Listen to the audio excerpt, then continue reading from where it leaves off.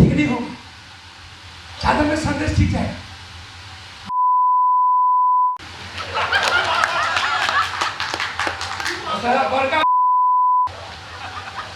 और थूक फेंक के चादरें हम चले और जादव के डर से खाना खाने चले। जो समाज के इक्वलिटी की, ह्यूमैनिटी की बात करता है, जो समाज के मानव मूल्यों की बात करता है, जो समाज के मूल्यों और फ्रीडम की बात करता है, लेकिन यह ग्रंथ पढ़ेगा कौन, यह ग्रंथ चलाएगा कौन?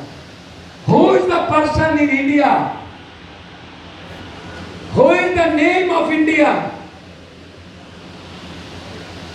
एक व्यक्ति का उदय कब होगा?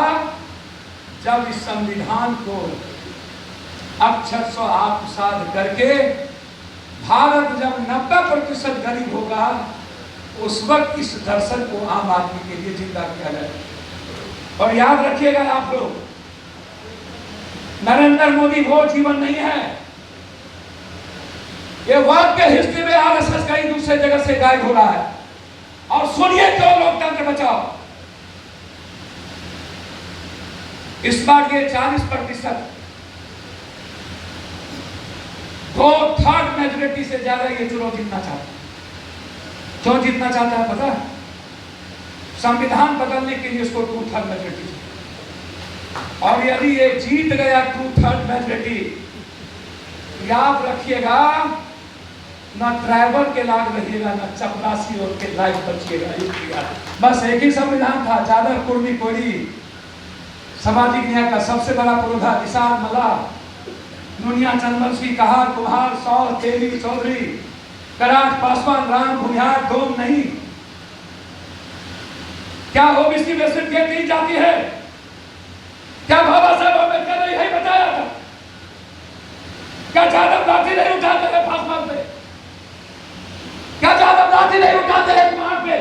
तो उन्होंने भारत में कभी भी किसी भी कीमत पे धर्म, जाति, विचार, लिंग, भाषा, क्षेत्र को अपने जीवन से निकाल कर संपूर्ण भारत के मानवीय मूल्यों पर आधारित, आदर्श पर आधारित एक नए विचार का जन्म दिया। और सारे गीता, कुरान, बाइबल और दुनिया के संदर्भों के बाद एक ग्रंथ बना जो संपूर्ण भारत के उस वक्त के 40 करोड़ लोगों की फ्रीडम और उसके जीने के और उसकी इकोनॉमिकल और जस्टिस, राइट टू एजुकेशन की फ्रीडम को लेकर उन्होंने एक संविधान दिया, जो संविधान विश्व का सबसे बड़ा ग्रंथ है। उससे बड़ा ग्रंथ आज के डेट में दुनिया में कुछ नहीं हो सकता। 800 सीट, मास्टर्स उठिए, जागिए, जागिए हे प्रभु, जागिए। 24 एक 10 महीना बचा है, मार देगा 24 के बाद, सोते रह जाइएगा। मार देगा, सोने के लिए लायक नहीं रहने देगा। जिस दिन जादव कलम और विचार को अपने आप साथ कर लिया और दूसरी जाति का पैर छू लिया, हिंदुस्तान में कभी भी पीएम की कुर्सी से जादव को नहीं हटा पाएगा। ये मैं आज आपको कह रहा हूं। जादव पढ़ना छोड़ दिया, जादव विचार से जीना छोड़ दिया, जादव दलित को पैर छूना छोड़ दिया। जब तक वो लाठी नहीं छोड़ेगा, लाठी चलाना बंद नहीं करेगा, जब तक वो दूसरी जाति का पैर नहीं छुएगा, तब तक वो सत्ता में नहीं आ पाएगा। जब सबसे ज्यादा हमला दलित पर था, कमजोरों पर था, जब थूक फेंकने की आजादी नहीं थी, चलने की आजादी नहीं थी, झाड़ू हमें दिया जाता था, कान में हमें शीशा घोल दिया जाता था, हमें घोड़ा पर चढ़ने की आजादी नहीं थी, जब साउथ में पेरियार चले करके बड़े बड़े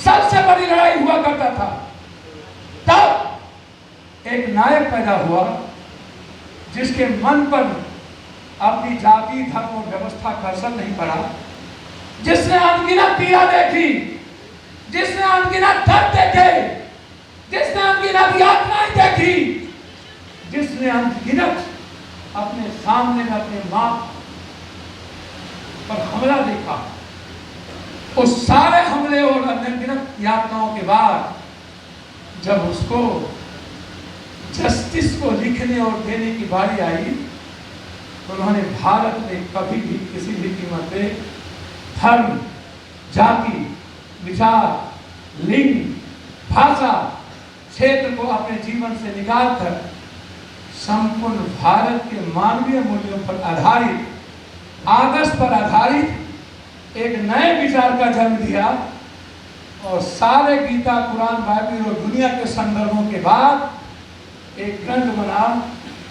जो संपूर्ण भारत के उस वक्त के 40 करोड़ लोगों की फ्रीडम और उसके जीने के और उसकी इकोनॉमिकल और जस्टिस, राइट टू एजुकेशन की फ्रीडम को लेकर उन्होंने एक संविधान दिया, जो संविधान विश्व का सबसे बड़ा ग्रंथ है। उससे बड़ा ग्रंथ आज के डेट में दुनिया में कुछ नहीं हो सकता।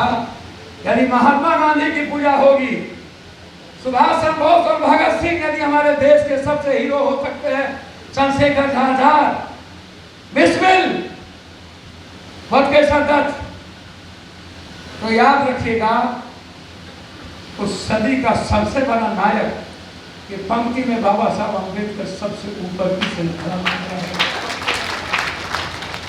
आज तक के सबसे बड़े महानायक यदि कोई है जो जुगों जुगों पर तक भारत के अंतिम व्यक्ति के जीवन के लिए एक ग्रंथ दिया है, तो इसी का नाम है युग दृष्टा, युग परिवर्तनकारी, एक महानायक, महामानव, अनमोल और बेमिसाल, एक ऐसा चरित्र जिस चरित्र में शिव का दर्शन, नानक, बुद्ध, कृष्ण, राम का दर्शन, वाल्मीकि, संत रविदास का दर्शन, पेरियार, सावित्री का दर्शन, रेणु से लेके, दिनकर से लेके विद्यापति की विचार, भिखारी ठाकुर, सब पेश। और उसने लेकिन एक बात कही थी पासवान जी, बाबा साहब अम्बेडकर, जो बात विवेकानंद ने कहा था, मैं नहीं एक व्यक्ति का निर्माण। बाबा साहब अम्बेडकर ने कहा एक ग्रंथ तो बन गई, मैंने एक ग्रंथ बनाया जो समाज के इक्वलिटी की, ह्यूमैनिटी की बात करता है, जो समाज के मानव मूल्यों की बात करता है, जो समाज के मूल्यों और फ्रीडम की बात करता है। लेकिन यह ग्रंथ पढ़ेगा कौन, यह ग्रंथ चलाएगा कौन? Who is the person in India, who is the name of India? एक व्यक्ति का उदय कब होगा? जब इस संविधान को अक्षर से आत्मसात करके भारत जब 90% गरीब होगा, उस वक्त इस दर्शन को आम आदमी के लिए जिंदा किया जाए। आज तक बाबा साहब अम्बेडकर के जाने के बाद जिसको सामाजिक न्याय का पुरोधा कहा जाता है, उसने कभी संविधान नहीं पढ़ा। लालू जी पढ़े क्या संविधान? कभी माए, कभी काय, कभी नीतीश जी पढ़े क्या? दलित, महादलित, पिछड़ा, पिछड़ा।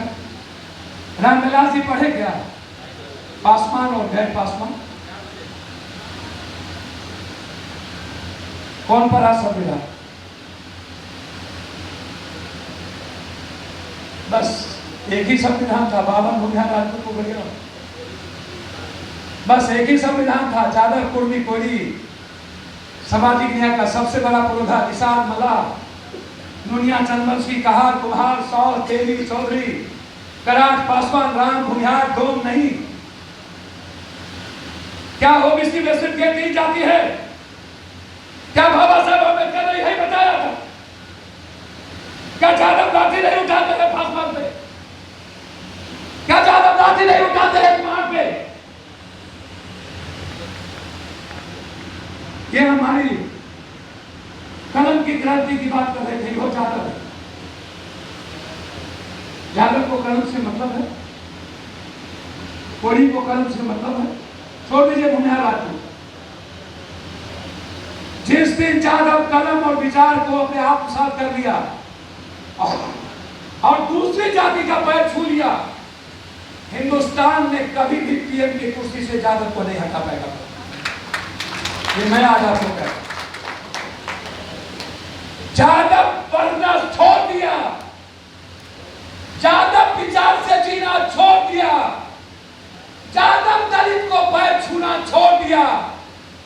जब तक वो लाठी नहीं छोड़ेगा, लाठी चलाना बंद नहीं करेगा, जब तक वो दूसरी जाति का पैर नहीं छुएगा, तब तक वो सत्ता में नहीं आ पाएगा। खाली मत गरियाइए, लालू जी, नीतीश और ये लोग मत बनिए, हमारे मंच को मत बनाइए।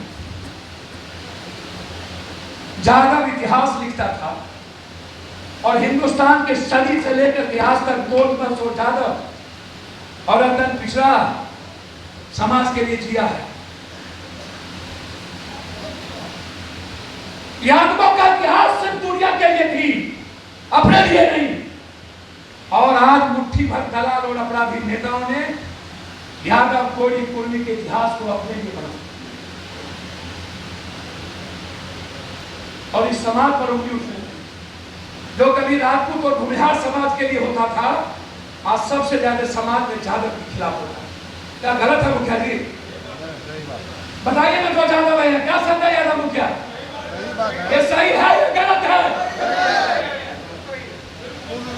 कल दूसरे जात को वोट नहीं देना चाहता था पिछड़ा, और आज यादव को वोट नहीं देना चाहता है। मनुवाद, हम 25 साल रहे, मनुवाद नहीं है।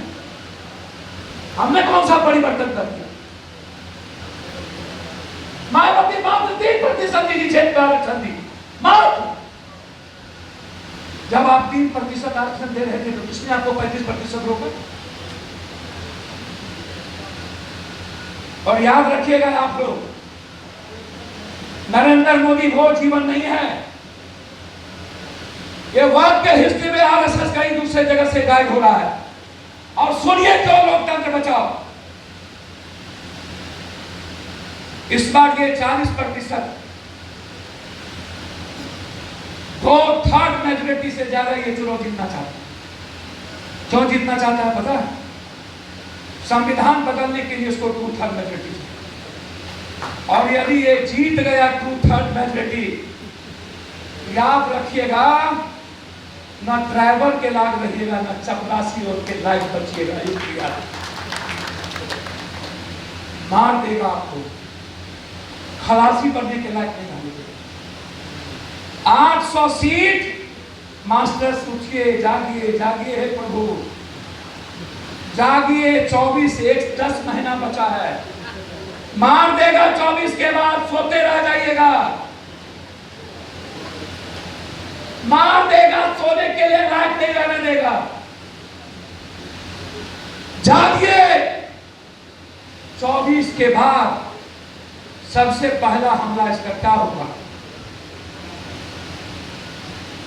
सबसे पहला हमला होगा अमेरिका के तर्ज पर ये लोकतंत्र खत्म कर राष्ट्रपति प्रणाली लागू करें। चुनावी प्रक्रिया एक होगी। दूसरा होगा संविधान को ये बदलेगा। तीसरा, जो आरक्षण को 10% लेके मेरे मौसेरे भाई को दिया है, हम 15% उस मौसेरे भाई को देना चाहते हैं। लेकिन 72% आरक्षण जो अत्यंत पिछड़ा दलित का है, जो 9वीं सूची में आया गया, इसको इन्होंने सुप्रीम कोर्ट में चैलेंज कर दिया। स्टालिन के लायक क्या नहीं? सबसे पहले कर्पूरी ठाकुर के बाद किसी ने हिम्मत की इस देश में, वो स्टालिन है इस सदी का नायक, जिसने 72% आरक्षण को 9वीं सूची में लागू कर। आपके आरक्षण में से भी 10% निकाला और 67% आरक्षण हमको आज तक नहीं मिला। कितना बड़ा दुश्मन है, इसको सोचिए। आप यहां लड़िए। चौथा क्या करेगा? जाति जनगणना पर सबसे ज्यादा हमला करेगा। जाति जनगणना में किसको किसको बेनिफिट है? जादव को नहीं है, कुर्मी को नहीं है, कोयनी को नहीं है। जाति जनगणना में सबसे ज्यादा बेनिफिट है अत्यंत पिछड़ा, और इसके बाद जो जाति है जो आर्थिक, शैक्षणिक, सामाजिक और राजनीतिक रूप से कमजोर है, यह पूरा जाति जनगणना होगा तो अत्यंत पिछड़ा, दलित, महादलित, पिछड़ा में जो ये 3 जाति है उससे नीचे सबसे ज्यादा नंदू चौधरी जी आपको बेनिफिट हो। ये जो पीएम का मंगनी के चंदन घसो रघुनंदन बनिया पीएम, ये बनिया नहीं है, ये आरएसएस का पैदाइश किया हुआ ये सबसे बड़ा रावण है जो इस देश के बाबा साहब अंबेडकर के विचारों को कतल कर दुनिया के सबसे बड़े पाखंडवाद और भगवान को स्थापित करना चाहता है। सीखिए, रोकिए। 24 पे पप्पू यादव की बात नहीं है, उसको उठा दीजिए। हमको कई लोगों ने कहा पप्पू यादव सबसे भारी ऊंचाइए, झंझारपुर से आकर के खाली जग मत कीजिए। बनिया जी पूछिए, ये लोग बनिया लोग लगल हैं जग में, सबसे पहले मरिएगा। हमको बुला के जो जग में बुला लेते हैं मेला में, हम चल जाते हैं डर से, कहीं हमको मुसलमान नहीं बना लीजिए। अब यो डर हुआ हमको निमंत्रण आया राजा के घर से। हमारे दल के जितने लोग यादव थे और कुछ लोग थे जो कन्फ्यूजन है, जिसको लड़ने नहीं आता, चल जाओ। जाएंगे कि नहीं? जा रहे हैं कि नहीं? जाना चाहिए, ठीक नहीं होगा। यादव में संदेश ठीक है।